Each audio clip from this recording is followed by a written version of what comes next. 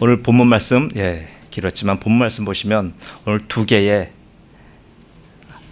이야기가 나옵니다. 그 두 개의 이야기는 현실적인 이야기가 아닙니다.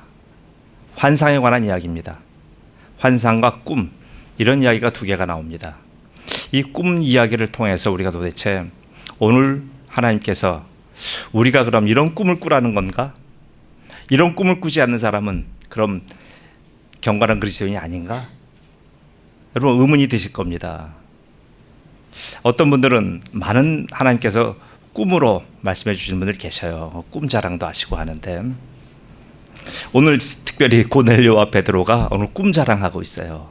자, 여러분, 꿈은 여러분에게 이렇게 이 두 분과 같이 꿈을 꾸라고 하는 의미에서 꿈을 주신 것이 아닙니다. 오늘 여기에 주시는 꿈의 깊은 성경적인 함의를 돌아보며 그 꿈이 오늘 우리에게 어떠한 의미가 있으며, 그럼 우리는 이런 비이성적이고 우리가 비현실적인 이 꿈과 같은 이러한 상황에 있어서 우리가 어떻게 해석하며 그것을 어떻게 받아들여 우리의 삶에서 어떤 삶의 자세와 신앙인으로 살아가야 되는지에 대한 우리 성경적인 메시지가 더 중요한 겁니다.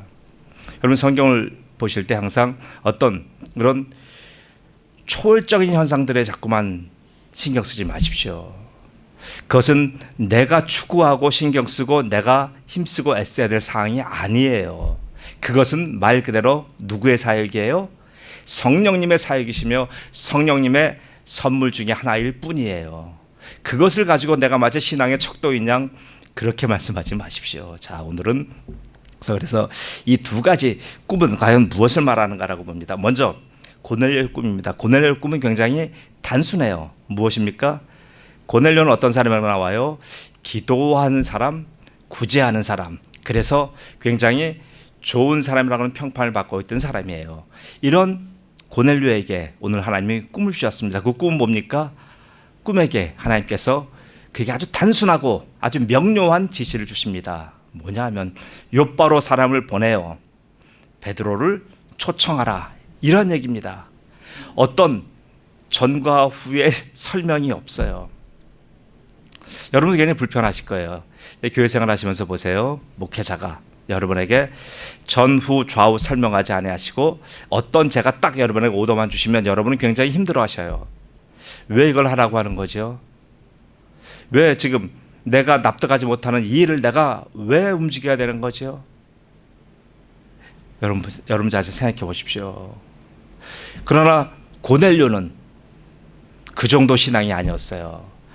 그 꿈에 대한 해석과 여러 가지 의혹도 할 수 있었지만 그것을 성령님의 말씀으로 알아듣고 바로 즉시 그 꿈을 행동화시켰습니다. 자, 우리랑 다르잖아요. 그래서 사람 2명 플러스 이제 거기 군인 1명에서 3명을 욥바로 보냈어요. 지금 고넬료가 있는 가이사랴와 그 욥바는 거리가 한 50km 정도 되는 거리예요. 그 거리를 말과 나귀를 주어 이제 보낸 거죠. 왜요? 귀한 베드로가 누군지 모르지만 그분을 모셔오려면 같이 오늘 피터와 크리스가 병전맥에서 여기까지 걸어온 것처럼 걸어오게 할 수 없잖아요. 왜? 말에 태우고 나귀에 태워서 그렇게 모시고 와야 돼요. 이러한 것을 오늘 고넬료가 꿈을 꿨습니다.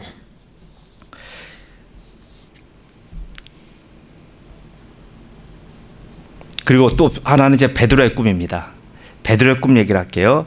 베드로에게도 성령의 음성이 들렸어요. 성령의 음성이 들려서 베드로에게 어떤 말씀을 주십니까? 베드로에게 꿈 중에 큰 그릇이 하늘에서 내려와요.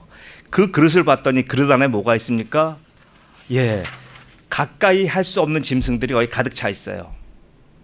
그러니까 보기에도 혐오스러운 짐승들이 그 그릇 안에 있어요. 그런데 지금 하늘의 음성은 너무나 이상한 음성이 들립니다. 그 이상한 음식들을 베드로 보고 잡아 먹으라고 합니다. 여러분 이해 가십니까? 여러분은 지금 한 끼만 나랑 취향이 나는 음식을 먹게 돼도 여러분이 굉장히 힘들어 하시잖아요. 생선 안 먹는 우리 피터는 생선을 먹지 않는다고 합니다. 자, 왜요? 예? 해산물을 먹지 않아요. 생선이에요, 생선. 예. 예. 예, 예, 예. 해산물을 먹지 않는다고 합니다. 자, 보세요. 그 먹지 않는 것을 우리가 정성껏 차려주면 굉장히 힘들어하잖아요. 똑같아요.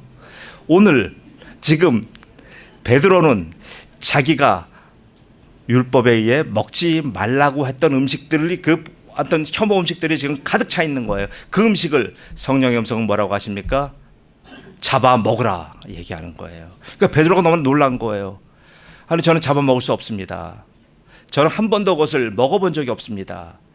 우리 민족의 전통이 그렇고 우리 율법이 그렇고 제가 지금까지 이렇게 구별된 생활을 살아왔습니다라고 거기에 항변을 합니다. 그런 밀당이 3번 반복됩니다. 그리고 나서 그 장면 사라집니다. 그리고 잠을 깼어요. 이게 뭡니까? 그런데 갑자기 이 꿈 이후에 꿈을 깨자마자 바깥에서 시몬을 찾는 소리가 들립니다. 특별히 지금 베드로가 있는 그 장소는 욥바의 무두장이, 피장이라고 합니다. 가죽을 다루는 사람, 그 사람의 집이에요. 시몬이라고 하는 사람 집에 또 다른 시몬 베드로가 거기 있는 거예요. 그래서 당연히 그 집에 온 손님이면 피장 시몬을 찾아야 하며 마땅함인데도 거기 온 손님들은 누굴 찾습니까? 이 집에 잠깐 손님으로 와 있는 그 베드로를 만나러 왔습니다라고 하는 거예요. 너무나 이상하잖아요. 도대체 내가 꿈꾸면 무엇이며, 그리고 지금 갑자기 나를 만나러 온 저 3사람은 누구며, 그래서 그 3사람을 만나봤더니 이 3사람이 뭐라고 얘기합니까? 우리는 가이사랴에 있는 이달리아 대의, 지금으로 말하면 이제 중대장 정도 해당되는 그런 직책입니다. 그 고넬료 휘하에 있는 저희들은 그분의 종과 그분의 군사입니다. 우리가 여기 온 까닭은 지금 우리의 주인 되시는 고넬료 사령관께서 베드로 그분을 초청해 오라고 하는 명령을 받고 왔습니다. 그래서 우리는 그 명령에 순응하기 위하여 당신의 의사와 상관없이 우리를 모시고 가야 됩니다 라고 한 거예요. 여러분 같으면 어떠시겠어요? 낯선 사람들이 찾아와서 같이 함께 동행하자고 하면, 그것도 한 명이 아니라 무려 3명이 있고 그 중에 한 명은 군인이에요.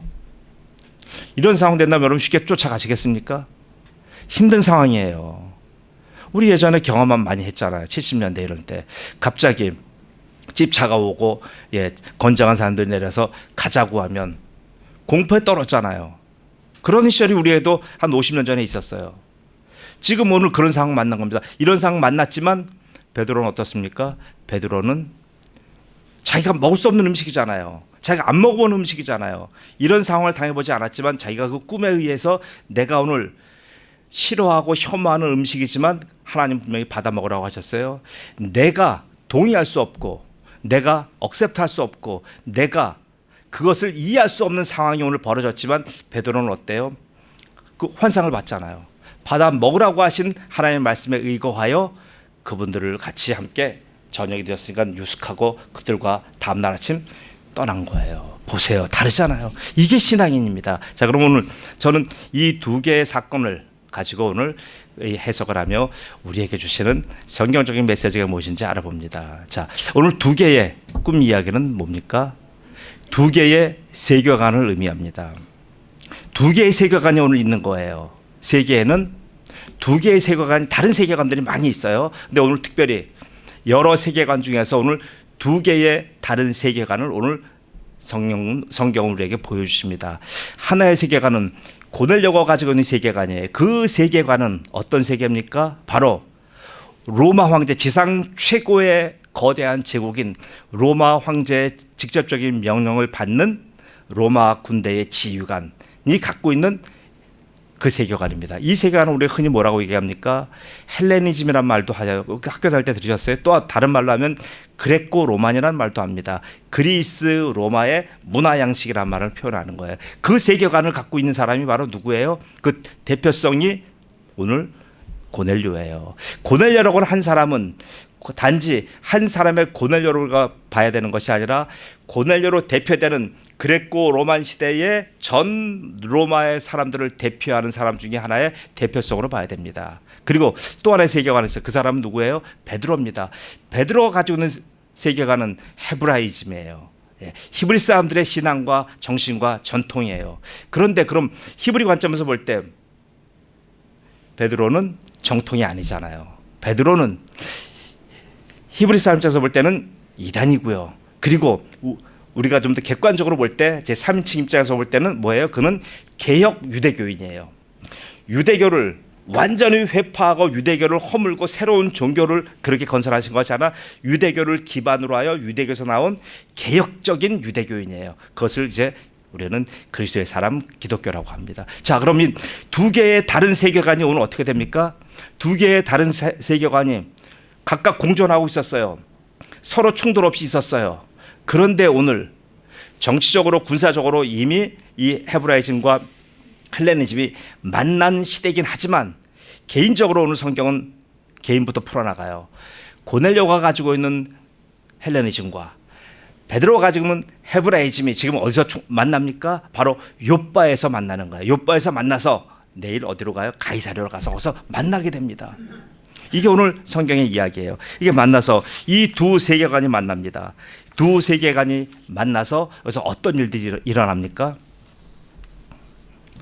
이 두 세계관이 서로 만나서 이제 얘기하는 장면은 제가 오늘 뺄게요. 이제 그건 다음 장면이니까. 그러면 도대체 보세요. 하나님께서 왜 이 두 다른 세계관들을 만나게 하십니까? 왜 성령께서는 그 성령께서 하실 일이 많은데도 불구하고 이 다른 세계관을 가진 두 교인들을 만나게 하십니까? 근데 공통점이 있어요. 이 두 사람들은 교인이라고 하는 공통점이에요. 어떤 교인입니까? 고넬료는 헬레니즘에 속한 사람이지만 이 사람은 황제의 명령을 받아 사는 사람이지만 자기가 가이사랴에 있다 보니 가이사랴에 있는 많은 유대교인들을 본 거예요. 유대교도들 보고 유대교인들의 그런 삶과 그들의 종교를 보고 이 사람은 감탄한 거예요. 특별히 로마 제국은 이때 이제 BC 753년 요때 이제 생성된 나라예요. 한 700년 된 나라고요. 그런데 유대는 얼마나 됐어요? 2000년 된 나라예요. 2000년 된 나라와 700년 된 나라에 이제 그 비교를 해본 거예요. 도대체 우리가 로마가 전 세계를 지배하는데 우리에게 부족한 것이 무엇인가? 저 피식민지인 바로 히브리 사람들에게 가지고 있는 저 특별한 장점은 무엇인가라고 봤더니 그들의 정신이에요. 그들의 종교예요. 그들이 특별히 가지고 있는 율법이에요. 율법이라고 하는 독특한 것을 가지고 유대인들이 회당을 중심으로 모이고 예배를 하고 자기 나름대로 구별된 삶을 살아요. 이것을 어디 가서 본 적이 없어요. 이런 우월한 종교를 본 적이 없어요. 그래서 고넬료는 바로 무엇에 빠져듭니까? 유대교에 빠져들어요.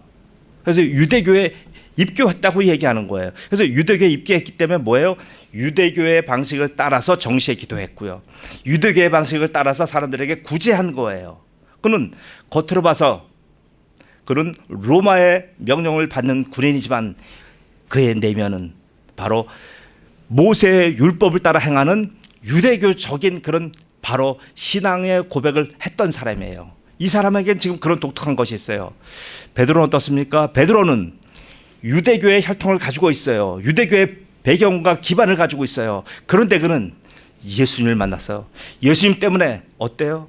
바로 유대교의 율법을 버린 사람이에요. 유대교라고 하는 바로 그 허물을 다 벗고 나온 사람이에요. 모세의 율법을 버리고 그리고 새롭게 나온 사람이에요. 자, 그럼 보세요. 두 사람이 너무나 아이러지 않습니까? 이게 서로 이상한 두 교인들이 만난 거예요. 경건한 사람들이 만난 겁니다. 이 사람들을 만나게 하셔서 오늘 하나님께서 얘기를 풀어나가셔요. 그 얘기입니다. 자, 이렇게 다른 세계관 사람들을 만나게 되면 어떤 일이 일어납니까? 반드시 갈등이 일어나요. 칡나무와 바로 또 등나무가 서로 만나면 어떻게 됩니까? 서로 둘 다 덩쿨 식물이기 때문에 서로 엉키고 싸워요. 갈등이잖아요. 갈등 생겨요. 여러분 쉽게 말하면 이제 쉽게 표현합니다. 결혼 보시면 알잖아요. 결혼은 하나의 세계관을 가진 사람과 또 다른 세계관을 가진 사람이 서로 만나는 거예요. 결혼 생활 순탄하시던가요? 결혼 생활 순탄하셨습니까?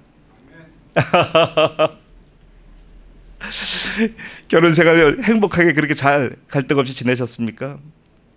많은 분들은 이 갈등 처리를 어떻게 하느냐가 지혜로운 부부관계의 이제 첩경이고, 또 하나 갈등 정도면 괜찮아요. 이 갈등이 나중에 충돌로 옵니다. 충돌로 오면 이때는 반드시 사단이 생기는 거예요. 이 충돌에는 반드시 누구 하나 깨지거나 누구 하나 부서지거나 반드시 갈라서거나 하는 문제가 생겨요. 이게 문명의 충돌이에요. 큰 거시적인 얘기로 한다면 문명의 충돌이에요. 우리가 개인적으로 보면 서로의 세계관이 충돌되어 끝없는 평행선과 끝없는 다툼과 이런 아픔 속에서 결혼 생활을 진행합니다. 자, 오늘 이 두 사람의 만남이 마치 이런 거예요. 잘못된 부부가 만나서 서로 으르렁대는 것 같은 그러한 두 상극한 사람들이 오늘 만났어요. 자, 그런데 문제는 이 두 사람들이 자기가 만나고 싶어서 만났습니까? 아니, 고넬료가 내가 저 베드로라고 하는 저 떠오르는 신진 명사를 내가 초청해서 저분의 한번 강연을 들어봐야 되겠다 이렇게 결심했습니까? 베드로 역시 고넬료라고 하는 바로 가이사랴에 의로운 사람이 있으니 내 저 사람을 꼭 가서 찾아보겠다 그렇게 성경이 얘기합니까? 아니잖아요. 이 두 사람을, 이 다른 두 세계관을 연결시키는 사람이 누구예요? 연결시켜 주신 분이 바로 성령님이십니다. 성령님이 고넬료에게도 역사하고 베드로에게도 꿈으로 역사하여 두 다른 세계관의 대표자들을 서로 만나게 하신 거예요. 왜 그럼 성령께서 만나게 하십니까? 도대체 성령은 두 사람의 각각의 서로 영역에서 자기의 거룩한 신앙생활을 하는 사람들을 왜 성령은 못마땅해 보신 거예요? 왜 성령이 어떤 의도로 그 두 사람의 두 세계를 연결시키고 만나게 하신 까닭이 도대체 무엇입니까? 오늘 말씀의 하이라이트입니다. 성령께서 만나게 하신 까닭이 있어요. 바로 뭐예요? 베드로는, 먼저 베드로부터 볼게요. 베드로는 자기가 예수님의 수제자예요.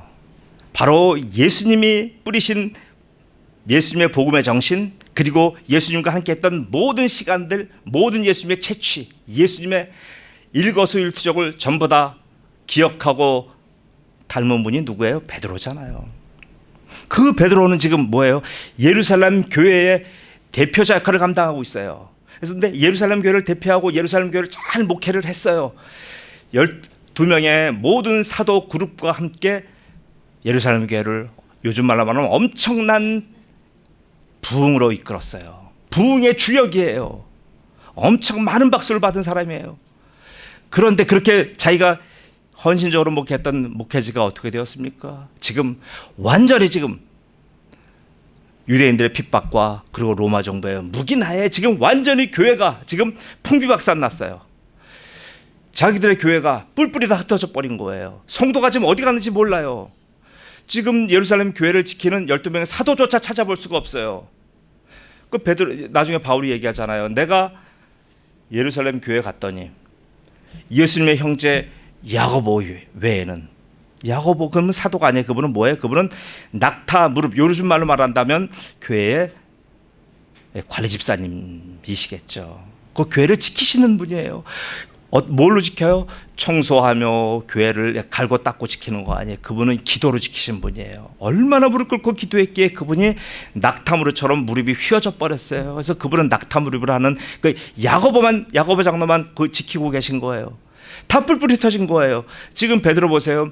한때 그렇게 자기가 부흥의 주역이었고 가장 잘 나가는 총망 맞는 예수님의 제자였는데 지금 자기 교회가 사라졌고 자기가 성도가 완전히 지금 어디로 갔는지 숨어버렸는지 없어요. 이때 베드로의 상실감이 어떻겠습니까?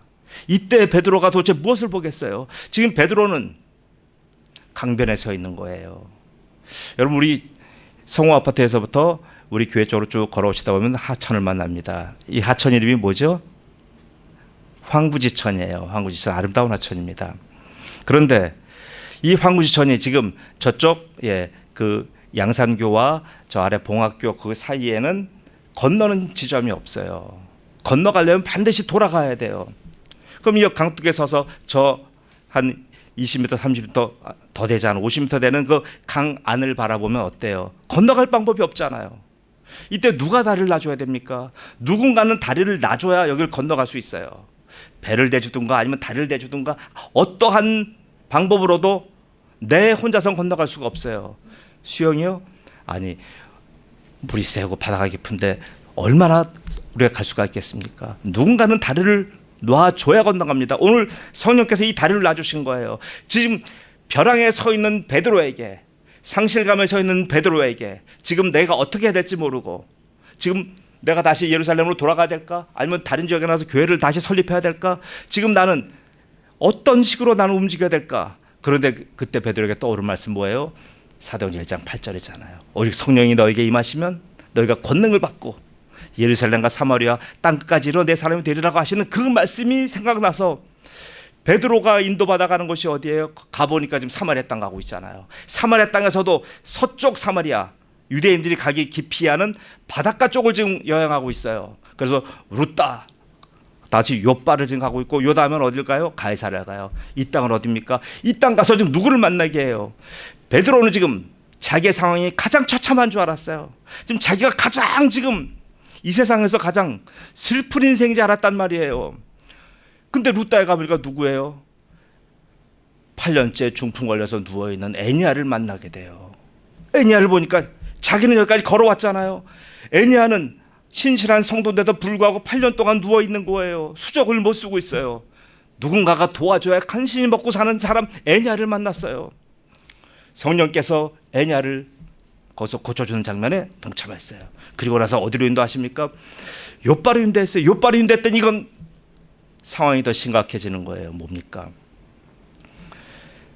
다비다라는 여제자, 그리고 헬라말로 도르가라고 하는 여제자가 있는데, 워낙 주의를 많이 하고 워낙 선행을 많이 하고 그 사람이 신실한 분인지라, 도르가가 죽었는데도 불구하고 도르가를 떠나내지 못하고 그를 장례하지 못하고 그를 두고 기도하고 울고 불고 있는 과부 집단이 있는 거예요. 거기로 간 거예요. 저 같으면 도망가고 싶을 거예요. 이게 뭐예요? 내 능력으로 안 되는데 제가 가서 뭐 할 겁니까? 저도 그런 적이 있어요. 리비아 있을 때 저희 동료 집사님이 이제 시내를 나가셨어요. 시내 나가시면서 이제 물건 뭐 사오겠다고 하셨습니다. 그런데 갑자기 연락이 없고 다른 집사님한테 연락받았어요. 지금 시내 병원에 중환자실에 입원해 있대요. 그래서 가봤더니 중환자실에 계신 게 아니라 영안실에 계시더라고요. 그때 그 충격. 그분은 이제 그 명성교회 다니시던 집사님이었고 아주 신실한 분이었어요. 그래서 그분과 많은 신앙적인 제가 도움을 받았고, 저보다 한참 선배시죠. 그 이제 회사 직차로는 과장님이셨고, 그분이 돌아가셔서 누워 있는데 거기 그 영안실에 제가 특별 허가를 받아 들어갔습니다. 그 시신과 함께 제가 있는 거예요.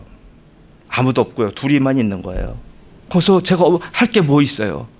제가 그분의 눈을 확인하겠습니까? 그분의 호흡에 숨이 나오는지 제가 그걸 확인하겠습니까? 아니잖아요. 제가 그분 붙들고 기도한 거예요. 주님 살려주세요.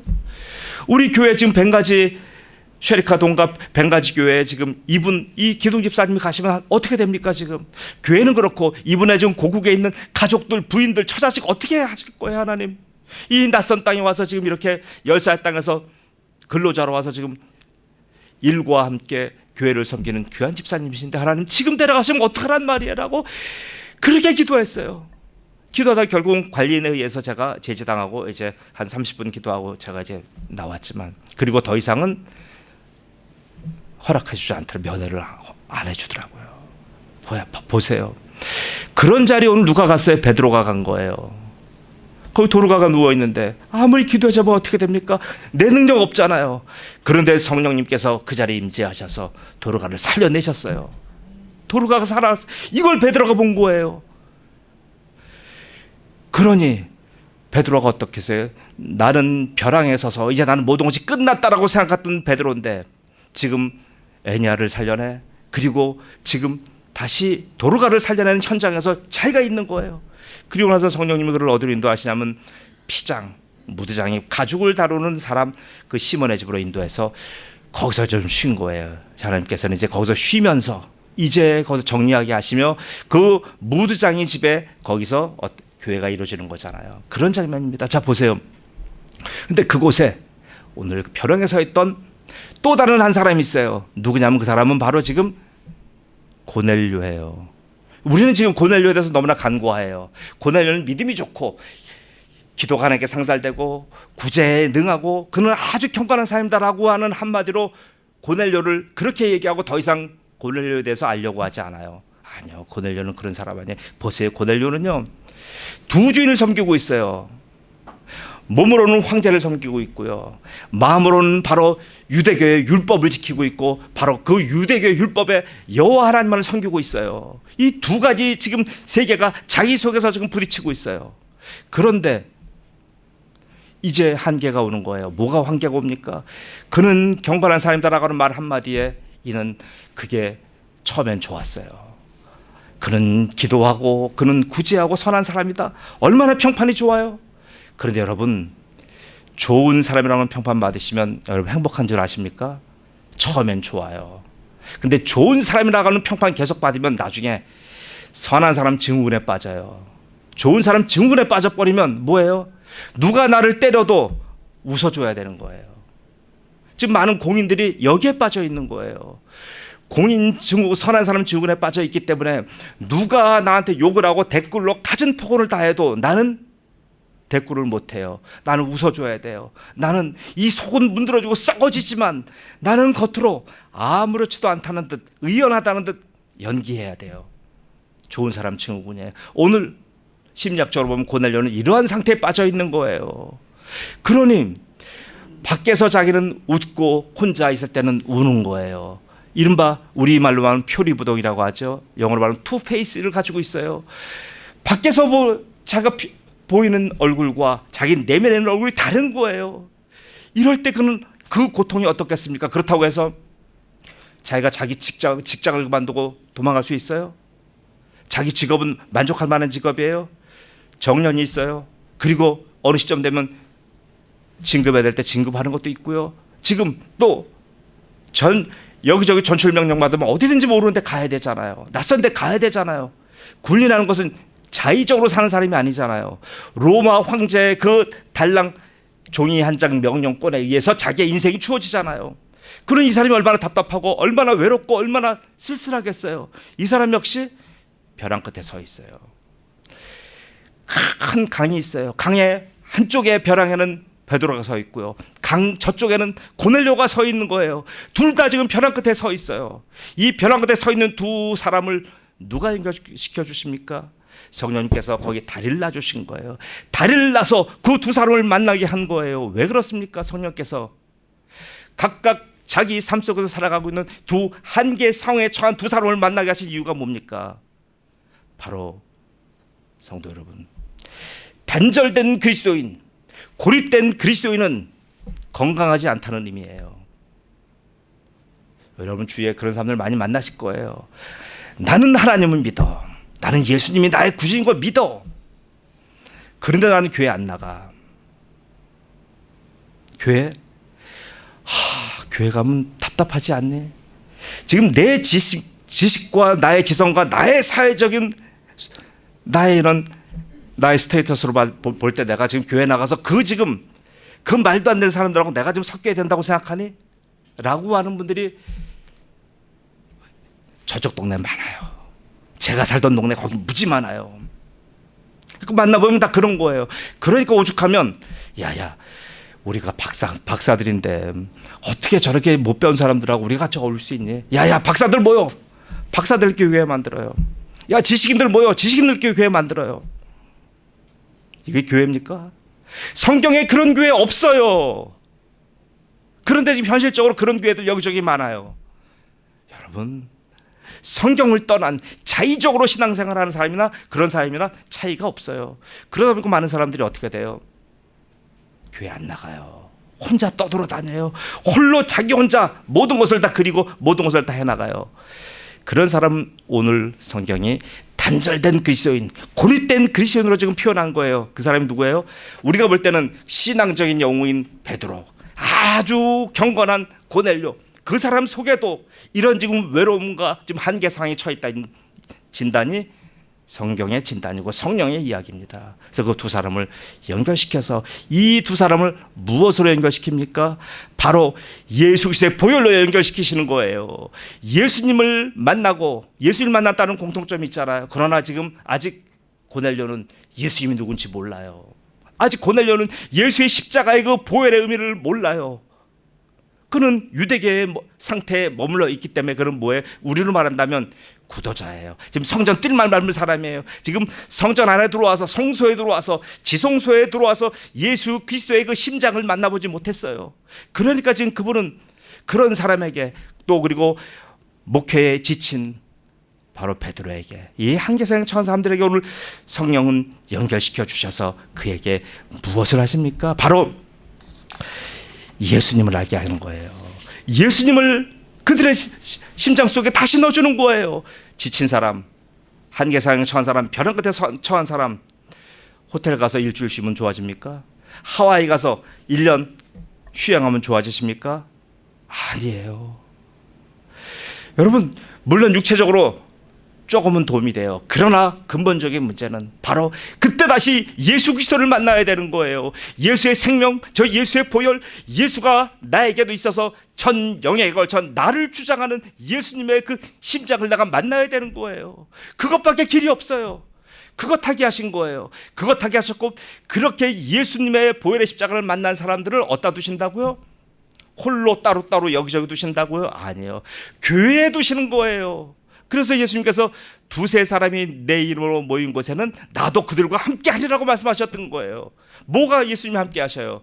그저 나 혼자 교회 나가지 않고 나 혼자 나의 신앙생활 갖고 내 멋대로 하고, 교회는 교회에서 여러분에게 말씀하시는 성경적인 요구가 있어요.